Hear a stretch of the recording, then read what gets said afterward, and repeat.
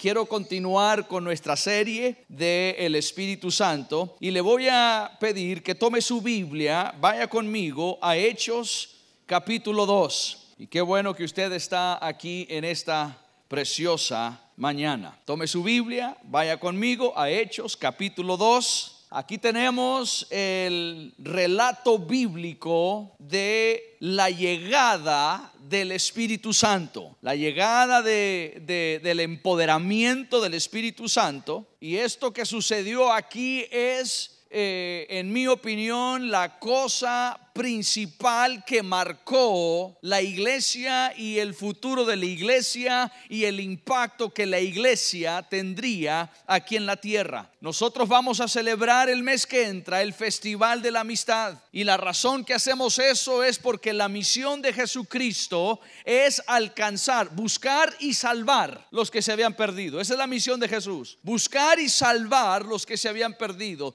Y si esa es la misión de Jesús, esa debe de ser nuestra misión. Nosotros no tenemos otra misión distinta a la de Jesús. Nosotros no estamos aquí para que el Señor bendiga nuestras vidas. Ahora queremos que lo haga y Él lo va a hacer, pero esa no es la misión de Jesús. Jesús no vino al mundo para bendecirnos. Es un evangelio equivocado cuando nosotros creemos que nosotros somos la razón principal y la bendición de Dios es la razón principal por la cual Jesús vino. Vino a buscar y salvar lo que se había perdido. Y un día nosotros estábamos perdidos sin salvación y Él vino, nos encontró y nos salvó. Y esa es la misión de Jesús. Entonces el evangelio, escúchame, el evangelio bíblico, el evangelio verdadero no es un evangelio de bendición al creyente. Aunque eso sucede, Dios nos bendice, pero ese no es el propósito. Ese no es el propósito del evangelio.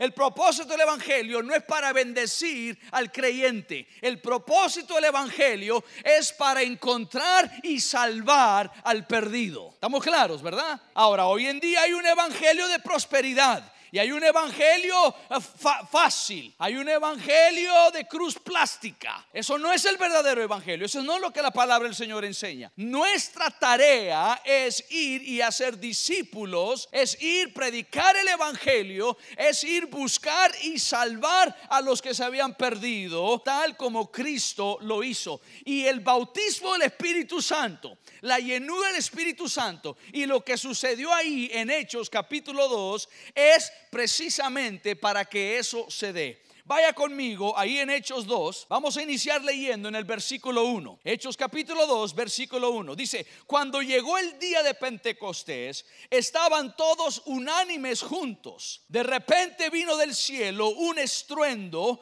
como de un viento recio que soplaba, el cual llenó toda la casa donde estaban. Y se les aparecieron lenguas repartidas como de fuego, asentándose sobre cada uno de ellos. Oiga, yo no sé si usted puede imaginarse lo que está sucediendo ahí. Ahí hay algo que jamás se había visto. Nosotros lo leemos y ya estamos tan acostumbrados a este pasaje que no nos impacta. Pero estas personas jamás habían escuchado de esto, jamás habían experimentado esto, y ellos están en ese lugar y ellos escuchan un estruendo y un viento que sopla y ven llamas asentadas sobre cada uno de ellos. Mire el versículo 4. Todos fueron llenos del Espíritu Santo y comenzaron ¿a qué? A hablar. Recuerde eso. Comenzaron a hablar. Fueron llenos del Espíritu Santo y comenzaron a hablar en otras lenguas según el Espíritu les daba que hablaran. Vivían entonces en Jerusalén judíos piadosos de todas las naciones. ¿De cuántas naciones? De todas las naciones bajo el cielo. Y al oír este estruendo, se juntó la multitud. Entonces ese estruendo que se escuchó en el aposento alto no solo se escuchó ahí donde estaban los 120, fue un estruendo que se escuchó por toda la ciudad, porque los que estaban en esa ciudad escucharon el estruendo y ellos vinieron. Dice versículo 6: al oír este estruendo se juntó la multitud y estaban confusos porque cada uno los oía hablar en su propia lengua, o es decir, en su lengua natal. Recuerden que eran personas que venían de todo el mundo y los escucharon hablar en su propia lengua. Estaban atónitos y admirados diciendo: mirad, ¿no son galileos estos o todos estos que hablan? ¿Cómo pues los oímos nosotros hablar cada uno en nuestra lengua en la que hemos nacido? Ya ve que es su lenguaje natal. Están hablando sin acento, están hablando claramente. Cada lenguaje representado aquí que están las personas escuchando, escuchan un mensaje de salvación, un mensaje de esperanza, porque ellos no están hablando: mira qué bonito es el día, mira qué lindo, mira las nubes qué hermosas. Están hablando las maravillas del Señor y lo están hablando en el lenguaje natal de cada persona que está ahí. Y el versículo 9 y 10 nos hablan de qué lugares, de qué regiones vienen las personas que están ahí escuchando esto. Diferentes dialectos, diferentes idiomas, y cada uno se está hablando en la lengua en la que hemos nacido. Y luego mire el versículo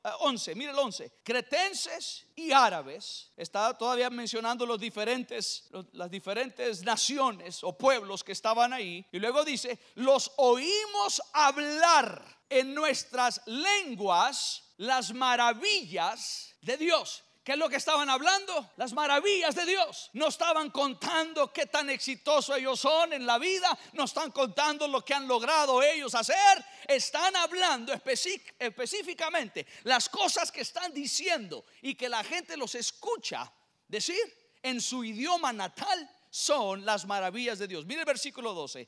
Estaban todos atónitos y perplejos, diciendo unos a otros: ¿qué quiere decir esto? Pero otros, burlándose, decían: ¿qué? Están borrachos, están borrachos. Qué interesante que lo que sucedió ese día sigue sucediendo hoy en día. Hoy en día, cuando hay un mover del Espíritu Santo, cuando hay un mover del Señor y el Espíritu Santo derrama su gloria y empezamos a experimentar su gloria, siempre hay gente que dice: qué locura esto. ¿O no? ¿No le han dicho a usted eso? Claro que sí. Sucedió en ese momento con esos 120, en algo iniciado, en algo predeterminado por Dios, porque Jesús les dijo: vayan y esperen que va a venir la llenura del Espíritu Santo. Por eso es algo predeterminado, porque Dios ya había fijado cuándo lo iba a hacer, aunque los discípulos no sabían cuándo. Era algo que Dios estaba iniciando por su soberana y libre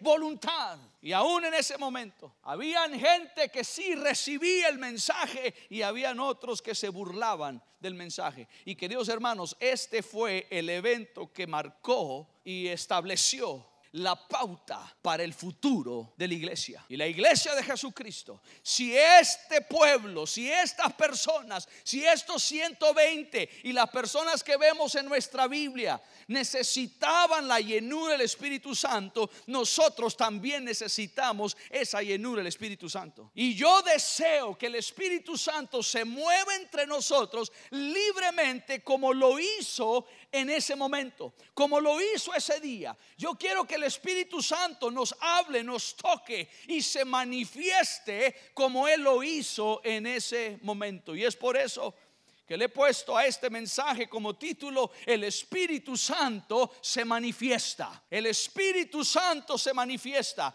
y cuando Él se mueve y Él hace su presencia notoria, todos se dan cuenta de que el Espíritu Santo está presente. Ahora, como le dije, aunque este es algo que sucede por la soberana voluntad de Dios, hubieron algunos elementos que son necesarios que se den para que haya o exista una libre o libre mover del Espíritu Santo. Si queremos al Espíritu Santo en nuestra vida y que se mueva libremente y abundantemente, hay algunas cosas que nosotros tenemos que hacer para que eso suceda. Obviamente, esto que sucedió aquí dependió completamente de Dios y de la voluntad soberana de Dios, igual como el mover de Dios sobre nuestra vida. Pero hay algo que usted y yo como creyentes, hay algo que usted y yo como personas que anhelamos que el Espíritu Santo se mueva en nuestra vida,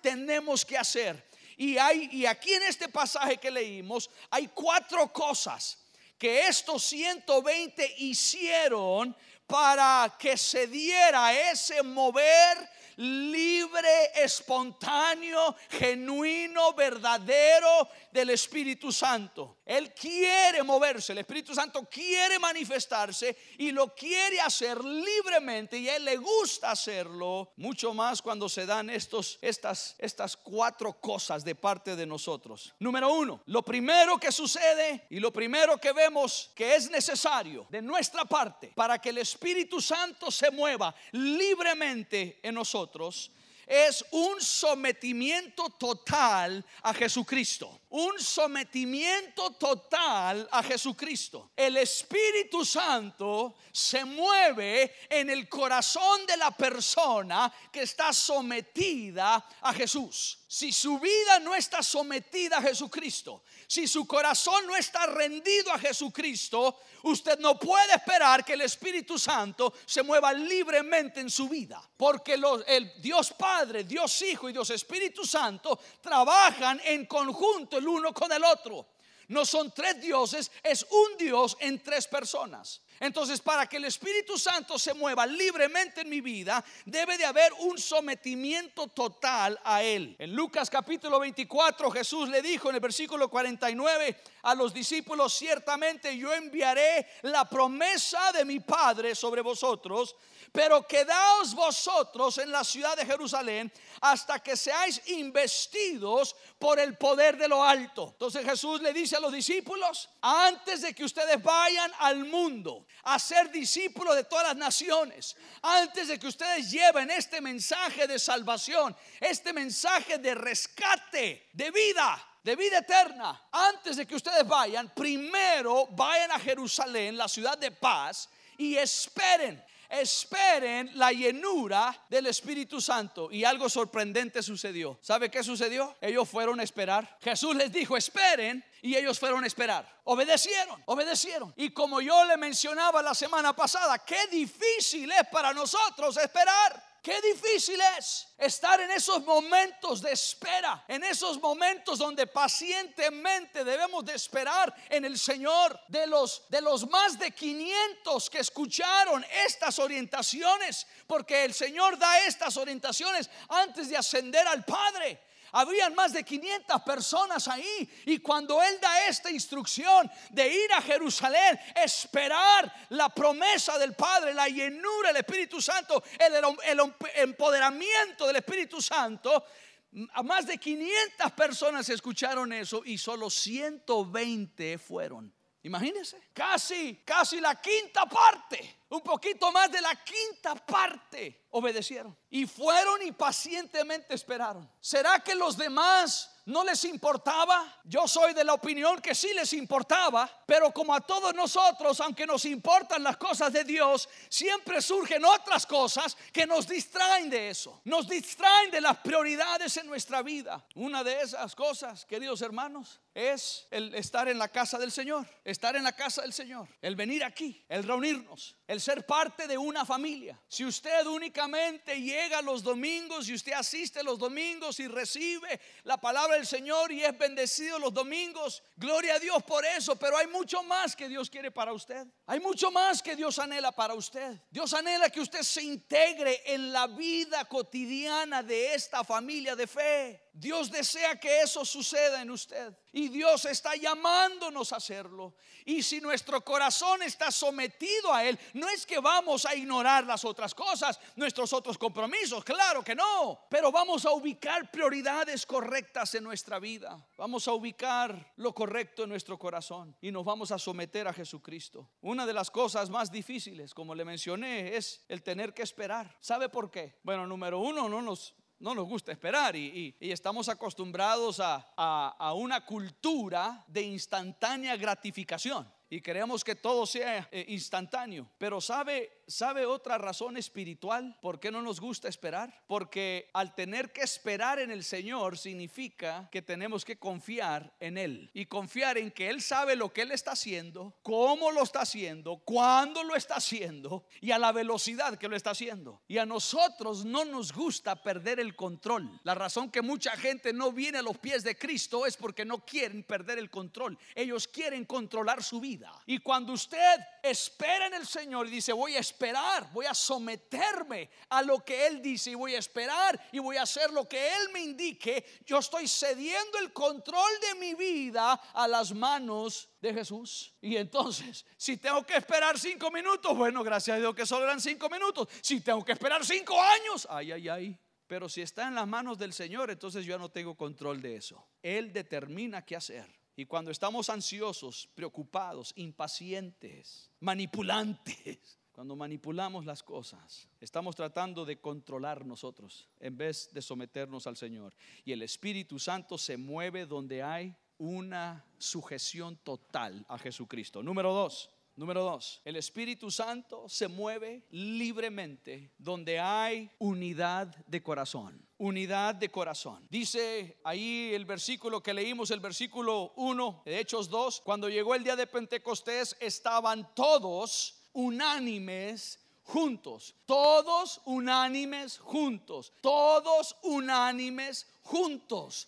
No solo estaban todos juntos en una misma ubicación geográfica, estaban todos unánimes, es decir, un mismo sentir, un mismo corazón, un mismo propósito. Y no todos pensaban igual. No todos tenían una misma opinión de la vida. No todos tenían una misma óptica acerca de las cosas. Pero todos estaban unánimes en un mismo sentir, en un mismo propósito. Y eso es lo que pasa cuando hay unidad. Queridos hermanos, usted nunca verá al Espíritu Santo moverse en su vida a la dimensión que Él quiere, como vimos en el Nuevo Testamento, si no hay unidad en su vida. Y esto tiene que ver de forma corporal con los demás, pero de forma individual. Usted es quien causa o hace posible esa unidad, porque usted puede hacer posible la unidad o puede hacer posible la división. La unidad no se da automáticamente. La unidad no se da porque todos aquí decimos estamos unidos, ok, ya, automáticamente estamos unidos. La unidad es un esfuerzo, es un trabajo. Debemos de dedicarnos a la unidad si queremos ver la unidad. Esto del mover del Espíritu Santo no sucede cuando hay división. Yo le garantizo que si estos 120 estuvieran en el aposento alto, peleados, criticándose, argumentándose el uno con el otro, envidiándose el uno al otro, chismeando el uno contra el otro, si estuvieran ahí criticando, señalando, yo le garantizo que esto no hubiera sucedido. Y a veces nos preguntamos, ¿por qué no sucede el mover de Dios en mi vida? ¿Por qué no puedo yo experimentar esto del Espíritu Santo? Y es que no hay unidad. Y queridos hermanos, Satanás conoce esto. Satanás conoce esto. ¿Y dónde lo aprendió él? Satanás era el adorador del cielo. Satanás era de todos los miles de multiplicados millones de ángeles que existen. Él era el ángel más privilegiado de todos. Un ser creado. Él no es un ser que ha vivido eternamente y para siempre. Es un ser creado, pero fue creado de tal forma que fue el más bello, el más majestuoso de todos. Y dice la palabra del Señor que Él caminó en el mismo lugar donde Dios caminó y vio. Satanás vio la unidad en el Padre, el Hijo y el Espíritu Santo. Vio esa perfecta unidad. Vio cómo ellos se movían en conjunto, cómo trabajaban en conjunto, cómo se preferían el uno al otro. Vio la dinámica que se da cuando hay unidad. Él conoce esto. Él aprendió la unidad, no la practica, pero aprendió la unidad al observar al Padre, al Hijo y al Espíritu Santo. ¿Y sabe dónde usted puede aprender a ser unido? ¿Sabe dónde usted puede aprender la unidad? En el mismo lugar. Vea al Padre, vea al Hijo y al Espíritu Santo y vea la perfecta unidad que hay entre ellos. Una perfecta unidad. Y así es como el Señor quiere que nosotros seamos. Él dice, Señor, que así como tú y yo somos unidos y estamos unidos, que así yo y ellos, dice Jesús, hablando de sus seguidores, de sus discípulos, así yo y ellos seamos unidos y así entre ellos sean unidos. Entonces la unidad que debe de haber entre usted y mi persona, entre usted y la persona que está a su lado, debe de ser la misma unidad que debe de haber entre usted y Jesucristo, y entre Jesucristo y el Padre.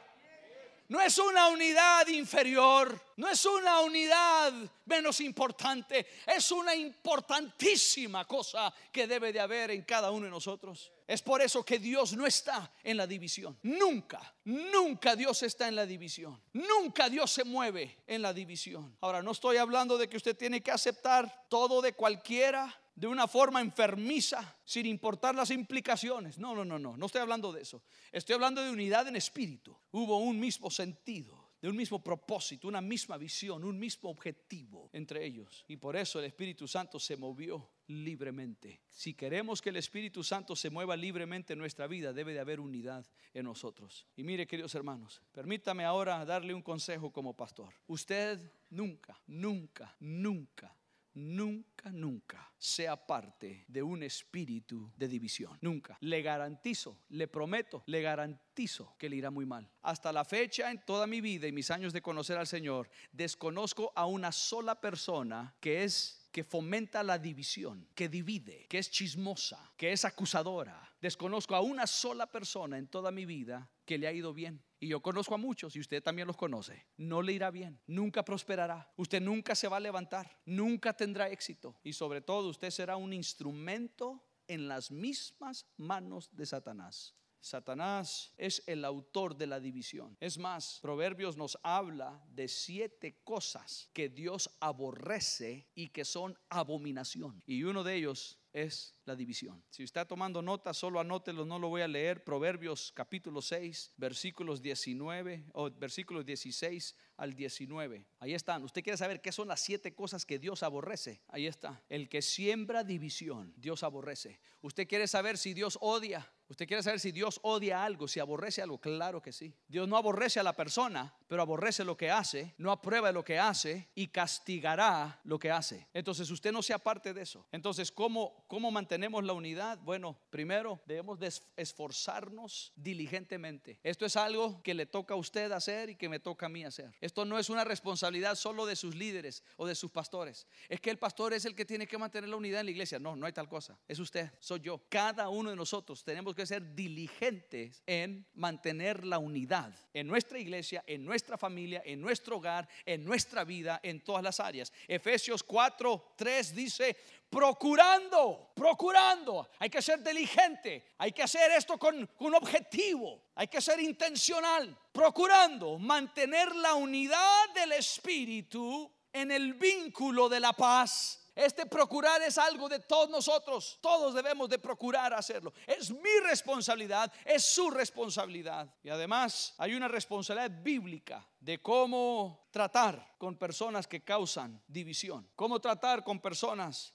que fomentan división. Y en Romanos capítulo 16, ahí usted puede encontrar qué es lo que se hace con alguien que siembra división, alguien que promueve división, y cómo debemos de tratar a alguien así. Y en esta iglesia, si alguien empieza a causar división en esta iglesia, nosotros tratamos con eso. Esto no es, pobrecito el hermano, simplemente tiene una diferencia de opinión. No. Todos tenemos diferentes opiniones. ¿Y sabe qué? Lo maravilloso del cuerpo de Cristo es que no somos clones. Es que no somos todos iguales. Somos distintos, tenemos distintas formas de pensar, distintas formas de ver las cosas, pero todos podemos estar en unidad. Y así es como funciona la unidad. Y es cuando es más bello, es cuando es más impactante, cuando hay diversidad en unidad.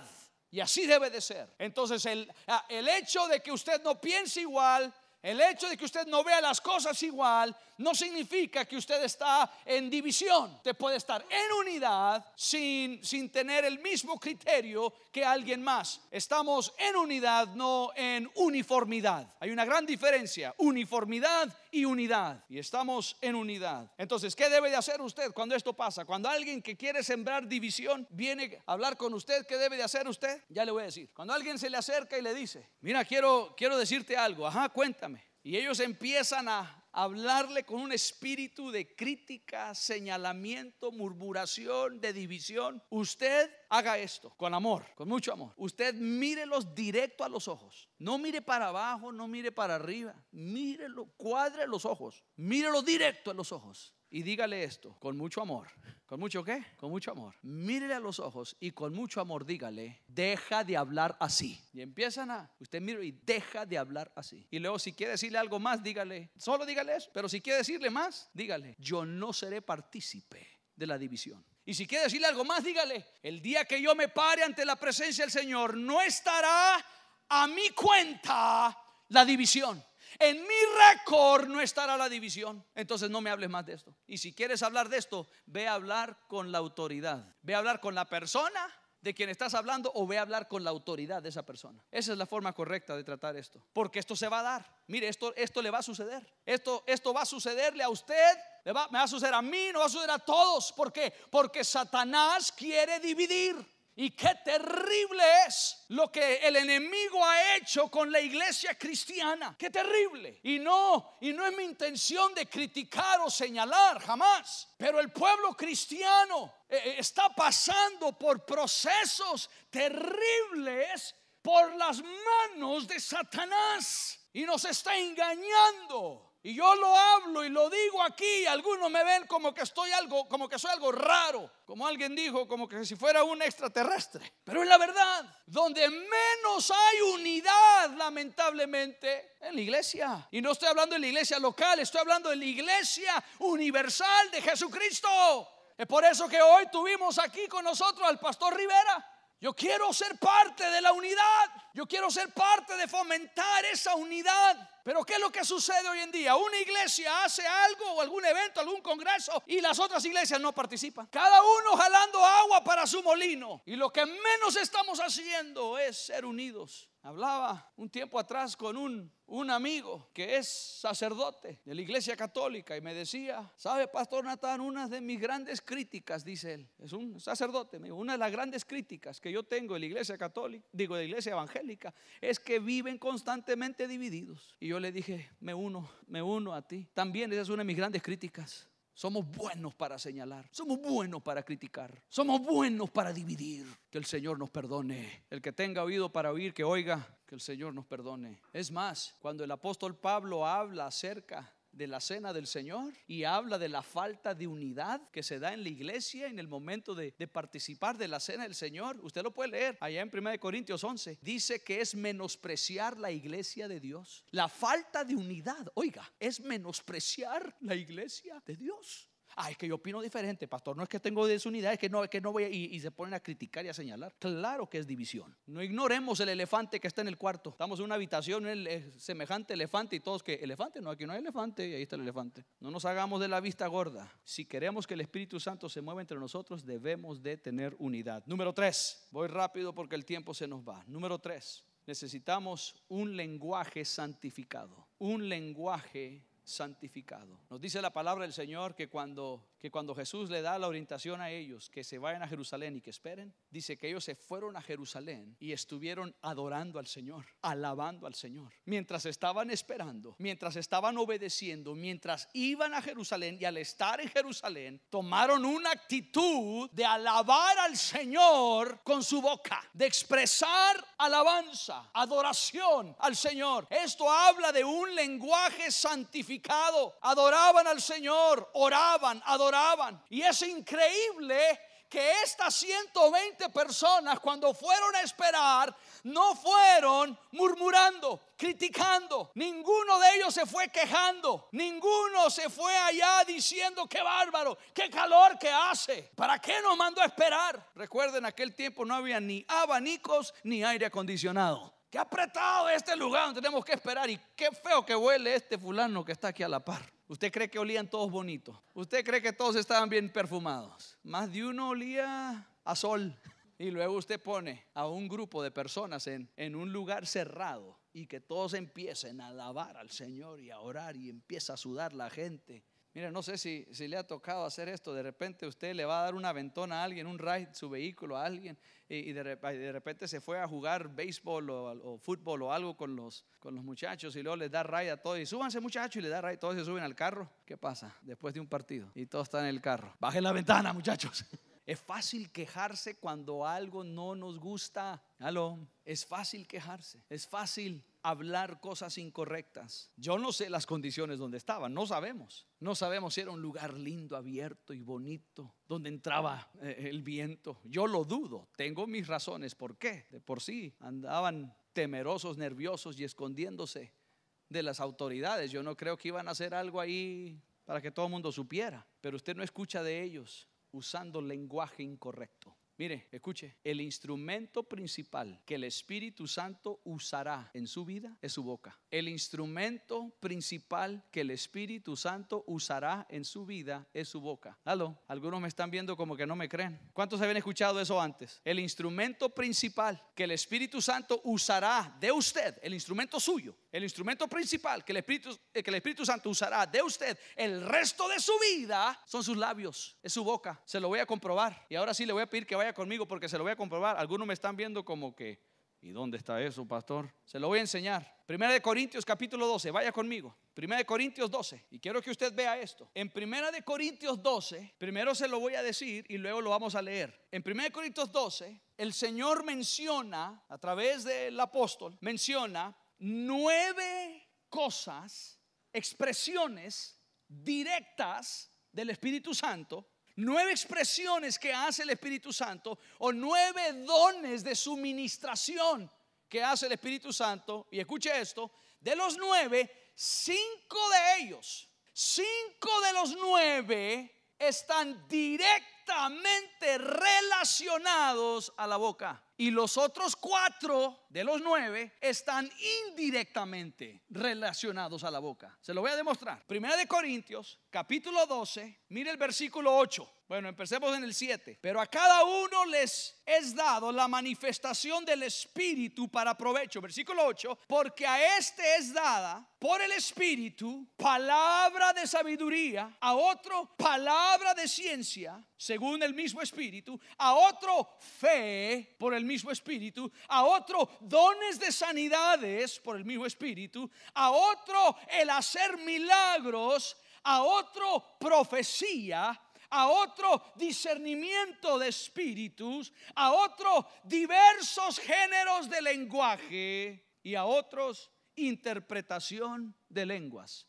Menciona 9 dones, manifestaciones del operar y del trabajar del Espíritu Santo, y de esos 9, palabras de sabiduría, palabras de ciencia, profecía, diversos géneros de lenguas, interpretación de lenguas. 5 de esos están directamente relacionados con la boca. Y los otros 4, fe, dones de sanidad, hacer milagros y discernimiento de espíritu, están indirectamente relacionados también con la boca, porque se tiene que expresar esto. Entonces, la forma en que el Espíritu Santo va a trabajar a través de nosotros va a ser a través de nuestra boca, nuestros labios, nuestro lenguaje. Es por eso que si usted no tiene un lenguaje santificado, el Espíritu Santo no tendrá libertad en su vida. Recuerde que estuvimos viendo, Él es el más sensible de la Trinidad. Y si usted siempre anda criticando, señalando, si usted siempre anda hablando mal, si usted siempre anda usando palabras desagradables, el Espíritu Santo no tendrá libertad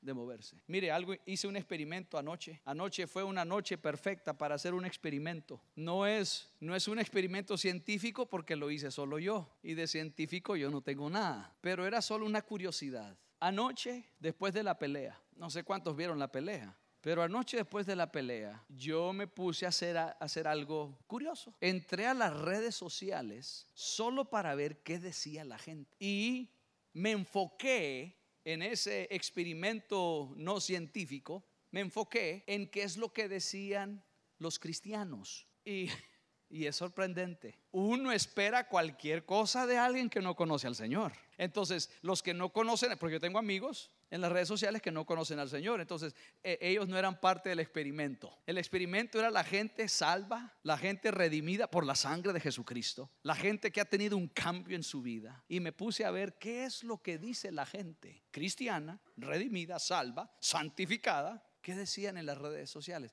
Porque si lo ponen en una red social para que el mundo lo sepa, ¿qué no dicen aquí en privado? Y mire, es sorprendente lo que uno se da cuenta. Hay amigos ahí, hay cristianos, incluyendo algunas personas de esta iglesia. Y ahí voy a hablar con usted personalmente, no lo voy a hacer desde aquí. Yo no uso el púlpito para tirar indirectas. Yo no uso el púlpito para corregir a ciertas personas. Si hay que corregir a todos, pues de aquí corte parejo, todos. Pero si hay que hacerlo de forma individual, lo haremos en privado, en forma individual. Pero mire, hasta uno de esos comentarios me sorprendió tanto que capturé la pantalla, porque yo sé lo que me va a decir. No, pastor, yo no, ni quiera Dios, pastor, no. Y le voy a decir, mira, es que en la rabia se nos olvida, en el enojo. Y había ahí cosas de que deben de, bueno, no lo voy a repetir, pero eran cosas terribles. Y es de gente santificada, redimida por la sangre de Jesucristo, pero que no tiene un lenguaje santificado. Y mire, voy a ir cerrando, pero quiero leerle Santiago capítulo 3. Y vaya conmigo, Santiago capítulo 3. Santiago capítulo 3. Yo quiero, queridos hermanos, que el Espíritu Santo se mueva libremente en nosotros. Ahora usted a lo mejor se está preguntando, pero ¿será que entonces aquí en la iglesia, será que hay un problema de división y por eso el pastor está predicando sobre la división? No, porque cuando surge, inmediatamente se trata. Y tratamos con eso de forma inmediata, abierta, transparente y tajante. No suavizamos la cosa. Si es división, no hay lugar en esta casa para división. No hay lugar en mi hogar para división. En mi hogar, en mi casa, cuando es hora de cenar, ahí está toda la familia sentada alrededor de la mesa cenando. Ningún miembro de mi familia, ninguna de mis hijas va a decir, no, yo hoy opto por no almorzar porque estoy enojado, o cenar porque estoy enojado, me voy a quedar sin cenar, me voy a quedar acá y voy a hacer lo que yo quiera. Aunque estés con una mala cara, te sentás a la mesa y pones una sonrisa, aunque sea. Pero vamos a fomentar la unidad y vamos a castigar la división. Eso dice la Biblia. Es más, usted vea lo que el Señor nos indica a nosotros como iglesia de tratar con una persona que divide. Es severo, porque recuerde, la división es igual a la brujería. Entonces es como tener un brujo. Yo no voy a tener un brujo en mi casa. Yo no voy a tener un brujo en mi casa. Y usted tampoco. Y en esta casa no, tampoco. Mire lo que dice Santiago capítulo 3, versículo 2. Quiero que vea del poder de la lengua, Santiago 3, versículo 2. Todos ofendemos muchas veces. Wow, pausemos ahí un momentito. Oiga, ¿quién no ofende muchas veces? A ver si usted dice, no, pastor, yo no ofendo muchas veces. Entonces usted está diciendo que Dios es mentiroso. Todos ofendemos muchas veces. Si alguno no ofende de palabra, es una persona perfecta. ¿Cuántos perfectos hay aquí? Capaz también de refrenar todo el cuerpo. Versículo 3. He aquí nosotros ponemos freno en la boca de los caballos para que nos obedezcan, y dirigimos así todo su cuerpo. Mirad también las aves o las naves, aunque tan grandes y llevadas de impetuosos vientos, son gobernadas con un muy pequeño timón, por donde el que las gobierna quiere. Así también la lengua. ¿La qué? La lengua es un miembro pequeño, pero se jacta de grandes cosas. ¿Quién aguanta la lengua? He aquí cuán grande bosque enciende un pequeño fuego. Y la lengua es un fuego, un mundo de maldad. ¿Quién dijo que la lengua es un mundo de maldad? Dios, no lo dije yo. La lengua está puesta entre nuestros miembros y contamina todo el cuerpo e inflama la rueda de la creación, y ella misma es inflamada por el infierno. Toda naturaleza de bestias, de aves, de serpientes, de seres del mar se doma y han sido domadas por la naturaleza humana, pero ningún hombre puede domar la lengua, que es un mal que no puede ser refrenado, llena de veneno mortal. Con ella bendecimos al Dios y Padre, y con ella maldecimos a los hombres que están hechos en la semejanza de Dios. De una misma boca proceden bendición y maldición. Hermanos míos, esto no debe ser así. Si queremos que el Espíritu Santo se mueva libremente en nuestra vida, póngale freno a la lengua. Y uno más. Número 1, les hablé de tener sujeción total a Jesucristo. Número 2, un corazón de unidad. Un corazón en unidad, el uno con el otro. Primero nos sujetamos a Cristo y segundo nos unimos a nuestro semejante. Y luego un lenguaje santificado. Y número 4, una valentía espiritual. Estos 120, como se habían sometido a Jesús, estaban dispuestos a hacer lo que Él les pidiera. Y Él les dice: vayan y esperen, y va a venir el Espíritu Santo. Y ellos fueron. No entendían lo que iba a pasar. Y cuando desciende el Espíritu Santo, empiezan a ocurrir cosas raras, cosas no antes vistas. Y ninguno de ellos, ninguno de los 120 dijo: epa, no, esto no es para mí. No, yo no entiendo esto. Yo sé cantar y yo sé, pero esto no entiendo, esto no es para mí. Me voy, aquí los dejo. Esta cosa ya está rara, aquí los dejo, me voy. No, y no solo ahí ellos, dentro del lugar donde estaban, pero después eso se manifestó afuera de esas 4 paredes. Y después toda esa gente que venía de todas esas naciones estuvieron ahí y escucharon las maravillas de Dios en su lenguaje nativo. Y estos 120 no se avergonzaron de lo que Dios está haciendo. Mire usted, no se avergüence del Espíritu Santo y no se avergüence lo que Dios está haciendo. No se avergüence lo que Dios está haciendo en su vida. No se avergüence del mover de Dios en su vida. No se avergüence. Este domingo pasado, mi hija mayor se bautizó en agua y yo tan feliz, tan emocionado. Y yo tengo amigos que no creen el bautismo en agua y yo feliz por esto. ¿Y qué sucede? Yo puse en las redes sociales, yo puse la foto de mi hija y la usé como mi foto de perfil para que todo mundo supiera lo que está pasando en mi vida. Yo no me avergüenzo del Señor. Yo no me avergüenzo del Evangelio. Yo no me avergüenzo de lo que el Señor está haciendo. Yo creo en el poder de Dios. Yo creo en el mover de Dios. Yo creo en lo que Dios está haciendo y puede hacer. Hablaba con un amigo en estos días y me dijo: pastor, usted, en realidad usted dice, ¿usted cree en el bautismo del Espíritu Santo? ¿Usted cree en eso? ¿De veras usted cree en eso? Me dice. Y yo le dije: ¿a poco tú no?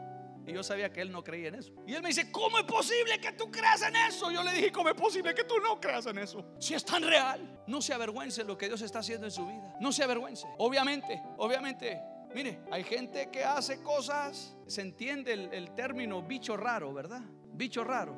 Mire, yo no me avergüenzo del Espíritu Santo y no me avergüenzo de las cosas que el Espíritu Santo hace. Sí me avergüenzo de algunos bichos raros que actúan y hacen cosas que no son bíblicas. Pero el hecho de que alguien haga algo que no es bíblico, alguien use los dones o las manifestaciones del Espíritu Santo para llamar atención a sí mismo y lo use de una forma incorrecta, como lo que pasó allá al norte del país. Algunos me dijeron: pastor, pero usted cree en esas cosas, que el Espíritu Santo habla así. Yo dije: claro que sí, claro que yo creo en eso, claro que sí.